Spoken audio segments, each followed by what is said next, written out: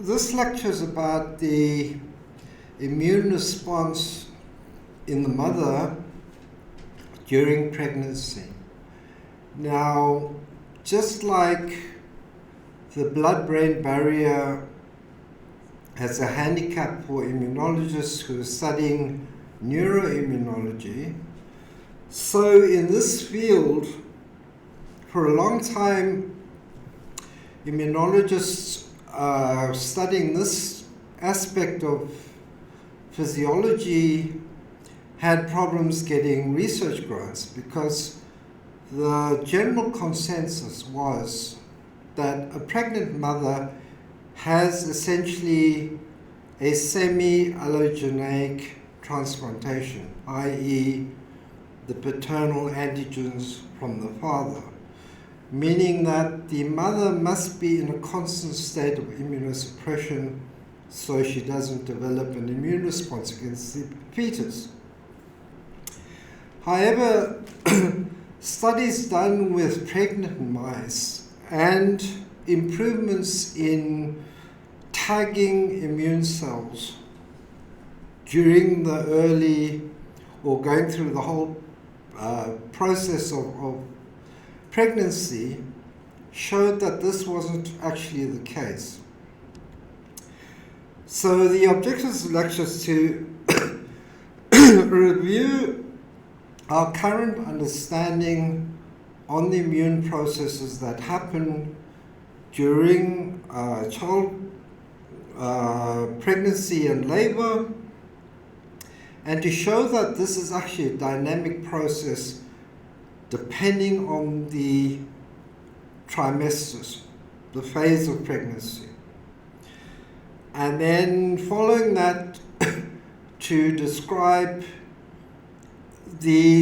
because the mother's immune system is so tightly regulated, it's similar to what I told you about in the GI tract, the immune system of the GI tract, that there has to be a state of immunosuppression to prevent an immune response against the fetus, but there's also needs to be an active immune response to deal with any infections that might occur during pregnancy. And yet, it needs to be controlled because if there's a strong inflammation, it can lead to preterm birth. And then finally, to talk about the development of the immune response in the newborn fetus. So, as I said, when a mother becomes pregnant, she's essentially receiving a semi-allogeneic transplant because she's being exposed to paternal antigens in the fetus that is not part of self. Now, the concept that therefore the mother must be in a state of constant suppression wasn't borne out by these studies, these experimental models done on pregnant mice. Because if they looked at mice during implantation, within the endometrium, they find the full complement of immune cells, macrophages, natural killer cells, T and B lymphocytes, mast cells, and so on. If there was in a state of suppression, you wouldn't expect to see this. Most of these immune cells, the bulk of them, were natural killer cells. Now, if you remember from POD, I said that in the blood, the predominant white blood cell is the neutrophil. In this situation, natural killer cells have an important role to play in directing implantation as well as protection afterwards. Following natural killer cells, you have macrophages. And remember, primary function of macrophages is to phagocytose dead or dying cells, i.e. the M2 macrophages. Then with gene knockout studies, they found that if they deleted various key genes, such as fast ligand interactions, which induce apoptosis in cells, as well as knocking out natural killer cells, that these mice failed to become pregnant. Therefore, this whole idea that during the development of pregnancy, the mother undergoes a state of immunosuppression needed to be modified. This wasn't borne out by the experimental data. And if you consider the fine happenings during implantation, firstly, at fertilization, the blastocyst needs to bind to the endometrium of the womb, and then it needs to penetrate the endometrial wall to allow for the, what's this thing called? Forgive my ignorance about anatomy, but this is called a blasto something or other. That needs to penetrate this endometrial cell wall. That requires cell destruction and penetration. And once the blastocyst enters the endometrium, then you need vascularization, you need removal of dead cells as a result of that inflammatory response to get in. So this is a full-blown cell-destructive inflammatory response causing cell death, cell repair, tissue repair after that, and then vascularization for the developing embryo. This can be likened to metastasis of a tumor cell.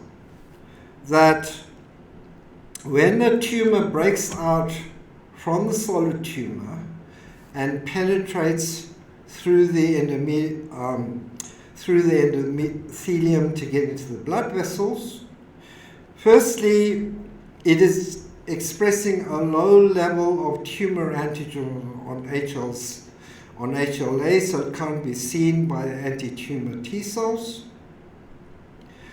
It also induces regulatory T cells to induce a state of tolerance to that tumor. And then once it breaks out again into another part of the body, it needs to start vascular formation to serve that tumor. The same thing happens in the embryo. So here the blastocyst penetrates the endometrium. It has low levels of antigen presentation, i.e. the paternal antigens, to activate a cellular immune response, and then it induces a immunosuppressive state of M2 macrophages, regulatory T cells, and then also induces vascularization.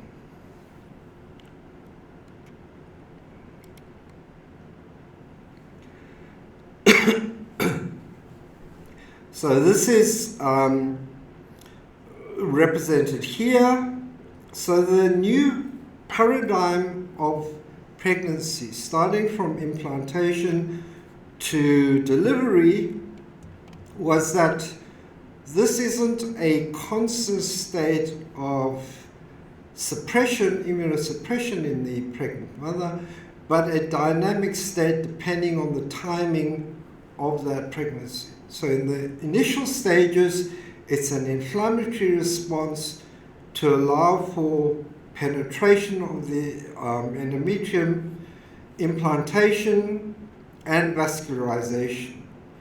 In the second trimester, when the embryo starts developing, it's similar to peripheral tolerance, where there needs to be a potential immune response to any infection, but it needs to be tightly regulated, so it's in a Th2 type situation. During delivery, we come to an inflammatory response again, because expression of DAMPs through tissue in the birth canal or whatever, to induce expulsion, to put it more politely, of the fetus through the birth canal. The second trimester, the state of immunosuppression is strongly supported by the fact that the bulk of the T cells that you find in the womb at this stage are FOXP3, or T cells that express the FOXP3 transcription factor. And if you remember, FOXP3 is the transcription factor which drives regulatory T cells. So it means that most of the T cells there are inducing this state of peripheral tolerance.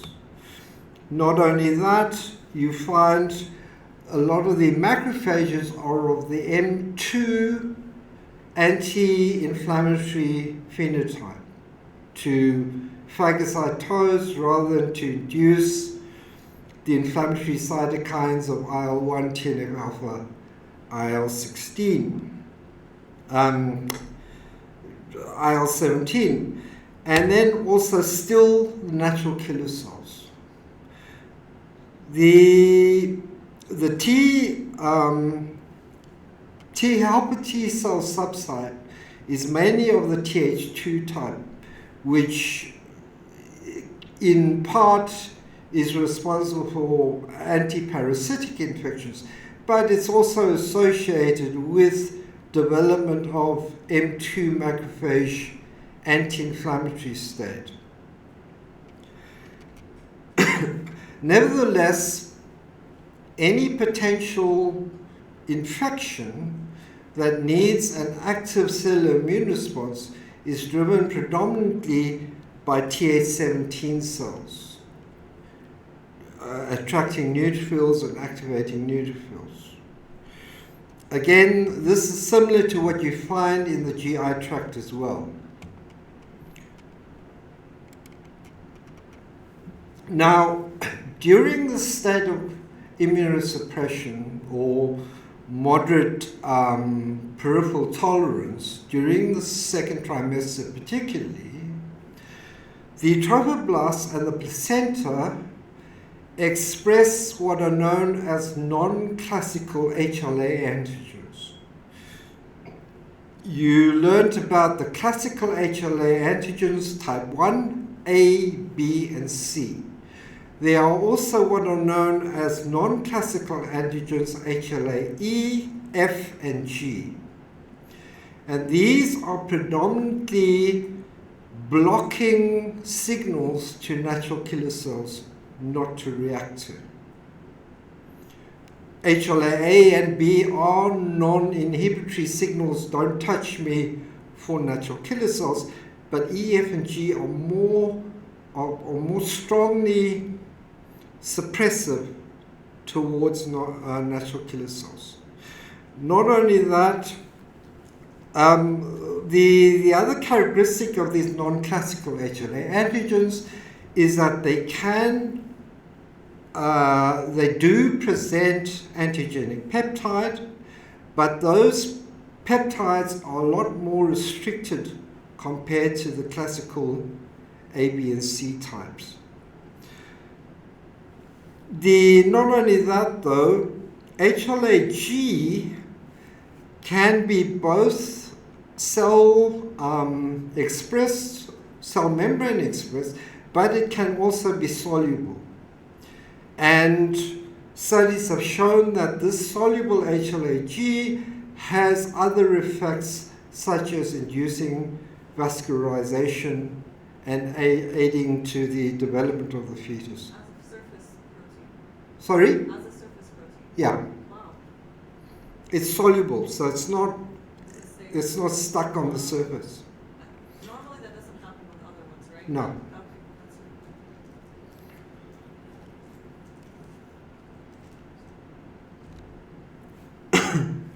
Okay, The other mechanisms, in addition to inducing M2 macrophages, Th2 subtype regulatory T cells, there are also molecular expressions on the trophoblasts or the placenta, such as the expression of PD-1 ligand. So if you remember about PD-1 ligand, if a T cell that has PD-1 binds a PD-1 ligand, it itself is killed, similar to what happens in the cancer system.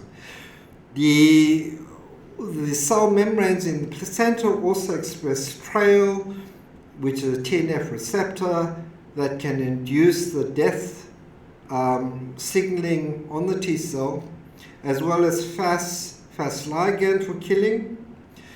Galectin-1 is a lectin, so it's a sugar-binding protein expressed on the surface of the placenta, etc., which a lot of research is going into this molecule because it has immunomodulatory properties. It can both activate and downregulate immune reactions. The other is this enzyme indoleamine deoxygenase, which breaks down tryptophan. The amino acid tryptophan is recognized as what we call an essential amino acid because it's required for cell growth. And so by breaking or depriving T cells of this essential amino acid inhibits cell proliferation of T cells. And then, as I said, the action of these non-classical HLA antigens, particularly HLA-G. Now, the placenta, as well as forming a physical barrier to protect the developing fetus, can act as a sensor system for protecting the fetus with regards to inducing innate immunity. So we know that placental cells express TLRs so they can be activated in response to any pumps during an infection. And another thing, again, similar to the GI system, because the mother's reproductive tract has microflora there, it's also understood that these microflora also play a role in training the mother's immune system on what to leave alone and what to react to. Now, when there is a serious infection in the genital tract, inducing a strong inflammatory response, this can lead to preterm births, preeclampsia, and so on. So too much of an inflammatory response is detrimental to the development of the fetus. One of the key cytokines that seems to play a role or that's important in maintaining a healthy fetal development and modulating the mother's immune response is interferon beta.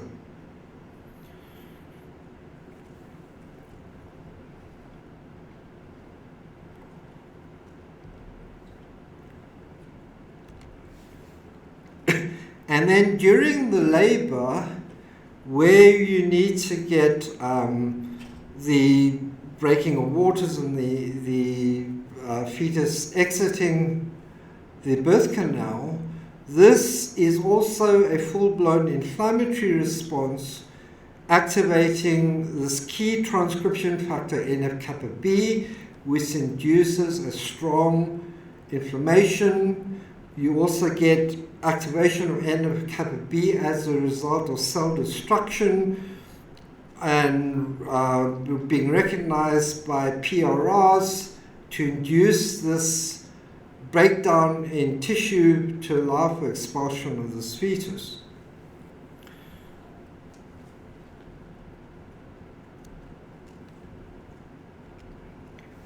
So this is a summary of these three stages that in the first stage, where you have implantation of the fertilized egg, this involves an inflammatory response for penetration of the blastocyst through the endometrium and vascularization. In the second trimester, it's a regulated anti-inflammatory type response involving Th2 cells, Tregs, M2 macrophages. And then in the third trimester, it's again an inflammatory response through the activation of NF-kappa B to result in cell destruction, production of prostaglandins, etc., and so on.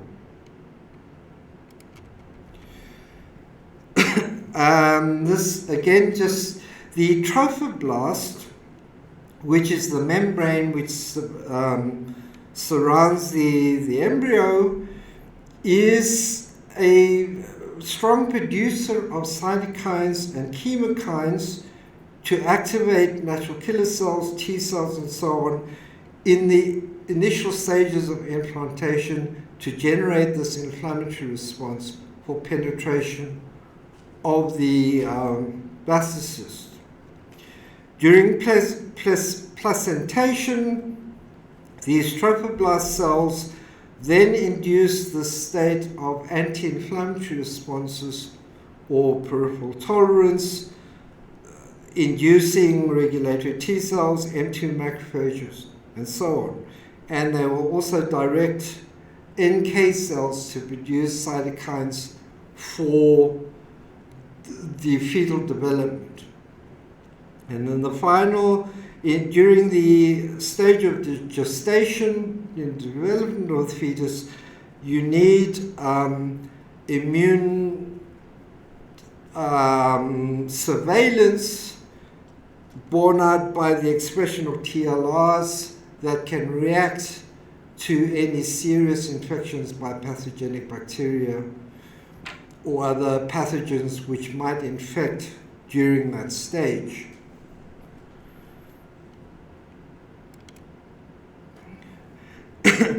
So the mother is not in a state of immunosuppression. She still has an active immune response with the potential to react. But nevertheless, it is still less robust compared to a non-pregnant mother. And because of that, mothers are more susceptible to infections during pregnancy. This will depend on the stage of pregnancy.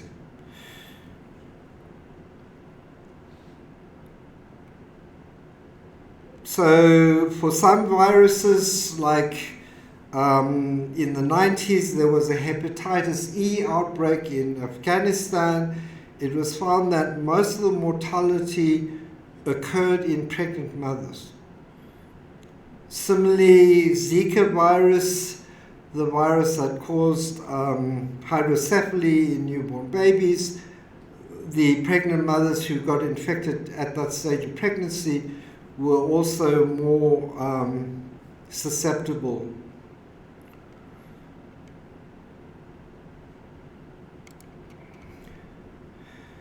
Some viruses, particularly rubella virus, which I'm sure you know about by now, if the mother gets infected, because these are teratogenic, they have the ability to cause severe deformities in the developing fetus, particularly in the first trimester when all the important organs are being developed. So CMV, cytomegalovirus, is a particular problem where it can cause diseases, situations like retinitis, defects in hearing, and so on.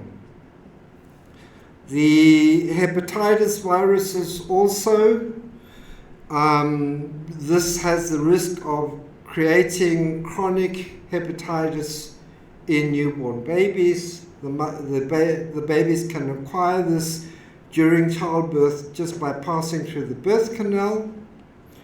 So that's why in some countries it's mandatory for newborn babies who are born from mothers who have chronic hepatitis B or C to get vaccinated and get anti-HBV antibodies.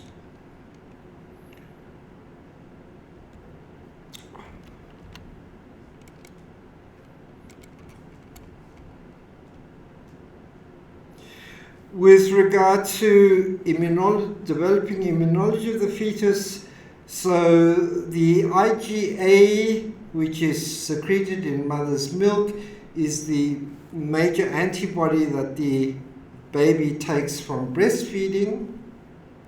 But at this stage, the baby is already producing, although very low quantities of IgM at this stage, as well as T-independent antibodies. During pregnancy, IgG from the mother, because it can bind to this receptor on the placenta called the neonatal Fc receptor, allows for transport of maternal IgG into the bloodstream of the baby for protection as well. I already talked about this neonatal Fc receptor because it's not just during pregnancy, but this receptor is present in the adult body as well.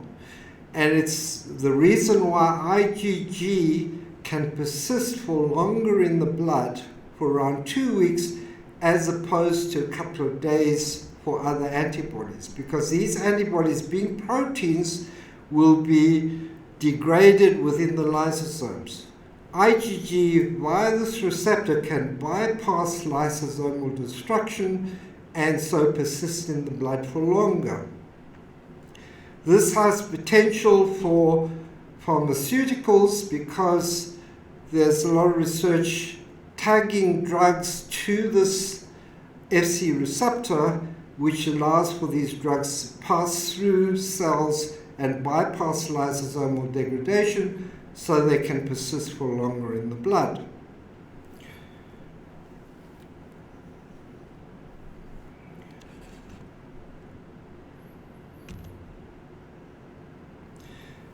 With regard to development of the baby's immune system, we find that B-cell precursors are present in the fetal liver by 8 weeks of gestation, and then later on it changes to the bone marrow, where it's the primary hematopoietic site. IgM is only detectable around the third trimester, but it's still much lower compared to adult responses, and this is why IgA is an important source of immunity for the baby. Strangely enough, these T-independent cells, B1 cells, which are like the innate antibody response because they major producers of what we call natural antibodies. They're not specific antibodies as opposed to the B2 antibodies. These are the last to appear in the development of the fetus. And this is the reason for the development of conjugate vaccines, which are essentially a B1 response. You should remember about conjugate vaccines. Haemophilus influenza. Just to remind you, so the key antigen in Haemophilus that causes whooping cough is a polysaccharide on the capsule. This is not very immunogenic to B cells because the major type of antibody response against this antigen is these B1 cells which don't require T cell help. So what they did was they developed a hapten carrier conjugate of linking the Haemophilus polysaccharide to a protein. And that results in phagocytosis of that conjugate by dendritic cells, presenting the protein epitopes to T cells, as well as the B cell receptor recognizing the polysaccharide antigen of the bacteria. And as a result of the B cell taking that whole complex in, can present the same dendritic cell Haemophilus epitopes to the T cell. So now you're creating an artificial B2 T cell dependent immune response against Haemophilus. But is the attached protein plus the polysaccharide combination still close enough to the real Haemophilus influenza, just the polysaccharide, in order for it to be protected? Yes, because the polysaccharide is identical, right? Yes.